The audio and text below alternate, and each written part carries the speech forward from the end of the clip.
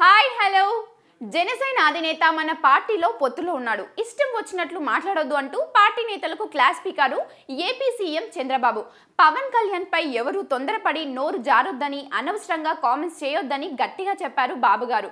పవన్ కళ్యాణ్ తన పార్టీ తన గొడవ ఏదో చూసుకుంటూ పోతారు. మీకొచ్చిన ఇబ్బంది ఏంటి, ఎందుకు మాట్లాడతారని ఎమ్మెల్యేలను ఉతికి ఆరేశాడంట బాబు.